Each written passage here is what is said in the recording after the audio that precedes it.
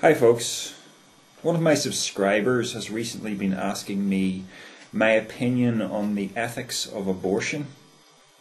I'll keep his identity anonymous because it seems to be an issue of some sensitivity with him at the moment to do with his own particular life situation. But it is an interesting subject to me, and it's one that my opinion has gradually been changing on. And most of you know that I was a Christian for almost 2 decades of my life, and as a Christian I took the standard Christian view of abortion, that it was wrong. I was strictly a pro-lifer, and all things being said, that is the right position to take as a Christian. I think the debate between atheists and Christians over the abortion issue, it's largely irrelevant, because the Christian is making the right decision based upon what he actually believes about how life works.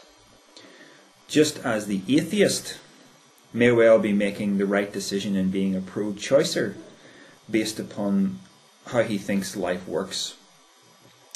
And my take on this is that it all kind of hinges on what you think about the idea of a soul, whether we have a soul. The atheist generally believes that we have a mind, but we don't have a soul, and when you die it's game over, whereas the Christian believes that we do have a soul, that soul is immortal, and that life is imbued with life is sacred, it's something to be preserved. These are the general Christian views. So it comes quite naturally to the Christian to be a pro-lifer. And so if you have a soul, it seems kind of absurd to think that the soul enters the body at the moment of birth. It seems much more likely that it is a part of the embryo or a part of the fetus. And because the idea of soul is such a fuzzy, hard to grasp thing, it's really impossible to say when a fetus has a soul, and the only safe bet is to say that the soul is a part of the fetus at the moment of conception. So that's generally, I think, how the Christian view works on it. I don't see how you could take any other view as a Christian, to be honest. But I don't believe we have a soul. I think we have an isolate mind, and I think our mind is connected to something greater than itself. But I don't think the word soul is appropriate for that, because I see it more like a sea of consciousness, and each individual mind is like a focal point of that sea of consciousness. And the thing that you conceptualize as the real you, as the pilot of the mind, it's not some kind of isolate soul that's distinct from every other soul. It's that sea of consciousness. So in a sense, in thinking about my own life, when I die, it's not this big tragic thing well, it is going to be tragic, I guess, to people who care about me. But in terms of who I am, when I understand that I am that sea of consciousness, I am the infinite. When I understand that, the death of this body-mind vehicle is nothing more like me trimming a fingernail off. You know what I mean? And this is sort of one of these things where, when you look at another person and you see yourself, there's sort of 2 ways to react to that. You see yourself and you say, the person I'm looking at is me, therefore I will not harm that person. And the other way of looking at it is, I am everyone at the same time, therefore if one of me dies, it's just like having your fingernail cut off. You know what I mean? It's kind of like everybody's really important, but nobody's really important. There is a way to wrap your head around both of those things, but it's kind of tricky. And I know some people are watching this and thinking, Sloan, you're insane. You're completely insane. But anyway, I've built this sort of view up through a lot of thought, and you know, we could have a big debate about it. And I think I could hold my ground. But anyway, we're getting sidetracked here.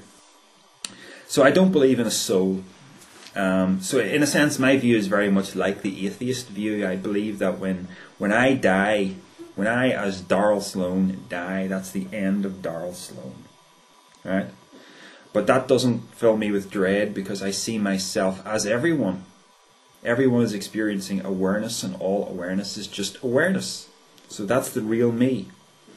So I honestly don't see abortion as a huge big deal. That's the way I look at it. You know, and if you really, really think about it, you know, look at how many babies are lost through miscarriages. You know, it's like, whose fault is that?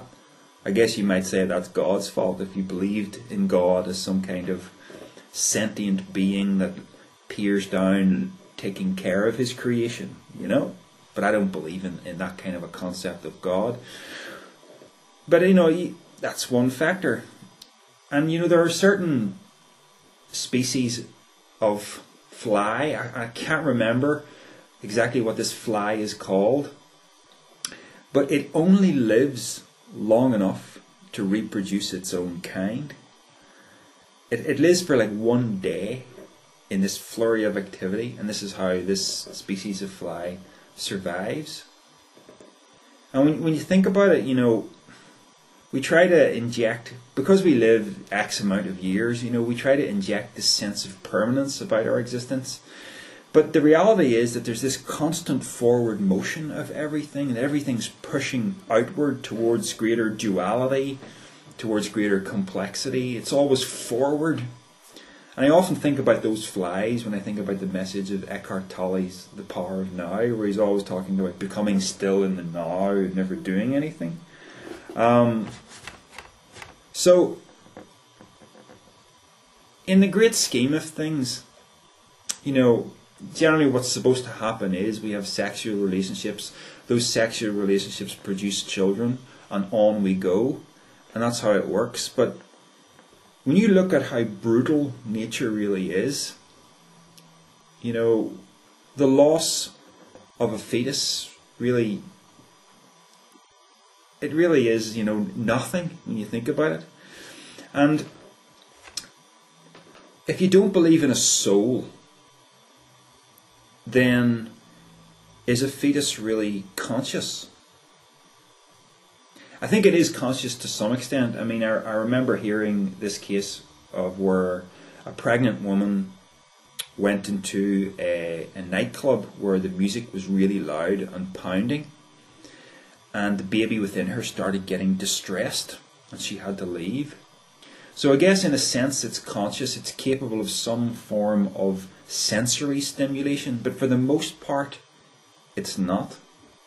And it doesn't really start becoming an actual person until it's born and until it starts having experiences, because it's actually our experiences and the personality, the ego that we develop, that's what actually turns us into a person. It's not that there is an actual individual soul. I mean, another way to think about this is, let's say, you know, a baby was born with some kind of head injury that caused it to be comatose. But the mother decided it was to be put on life support and it was not allowed to die. And so it's fed through artificial means. It lies there. It starts to grow. The body starts to, you know, get bigger. And let's say this is kept going for years. Now obviously there's going to be some problems because there's no movement in the limbs and everything. But biologically speaking, that person is alive. But is that even really a person? Can you even call that life if no experiences are generated, if there's no actual consciousness? This is the problem with actually believing in this idea of a soul, where you end up keeping someone who is a vegetable alive when there's really nothing there to be kept alive. You know what I'm saying? Until experiences are generated, all we are is just meat machines, basically, nothing more. Until that sea of consciousness has an opportunity to peer through and generate experience, then I don't consider that life, personally. But, one final thought that kind of might make you think a little bit differently about that is, so often we want the sex, we want the experience of the sex without the consequences of the sex. And when you compare that, without the natural consequences of the sex, you know what I mean? Sex produces babies. So we put a condom on and we prevent that happening. And when you think about it, when you compare the human race to the rest of the animal kingdom, who are having sex and who are experiencing the consequences of that sex, offspring are produced, they nurture those offspring, and onward it goes. When you really think about what we're doing to ourselves, does that not really make the human race kind of messed up in comparison to the rest of the animal kingdom? Where, we have sex and we look at the natural consequence of that as something that we don't want, as an aberration. Almost like, it's almost like pregnancy is treated like a sexually transmitted disease that has to be guarded against. You know what I'm saying? We really are screwed up, And I know another side to this is the overpopulation in the world, and that is a big issue. And we do have to seriously think about producing less people in the world. But in terms of our own feelings about the sexual experience, we are severely screwed up.